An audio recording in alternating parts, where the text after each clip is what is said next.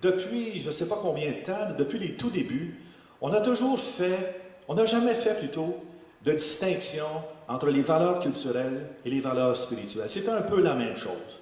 Nos leaders religieux étaient aussi nos leaders culturels. Il y avait une intimité entre les projets de la paroisse et les projets de la communauté canadienne-française. Ça faisait partie toute de la même affaire, ça. Maintenant, avec l'arrivée des anglophones dans les paroisses, les anglophones catholiques, bien là, évidemment, il faut leur faire de la place. Et puis, les Canadiens français, comme certainement les Acadiens, on est des gens accueillants. Alors, on a ouvert nos paroisses, nos églises à ces gens-là. Maintenant, ces gens-là sont unilingues. Alors, il faut leur offrir le service en anglais. Nous, on est bilingues. Alors, pourquoi il faut faire de l'histoire? Donc, on est bilingue, donc on n'a pas besoin de service en français, blablabla. Finalement, on perd nos messes, et puis nos paroisses ne conservent bien souvent qu'une messe en français, mais ils conservent une autre chose, par exemple, extrêmement importante.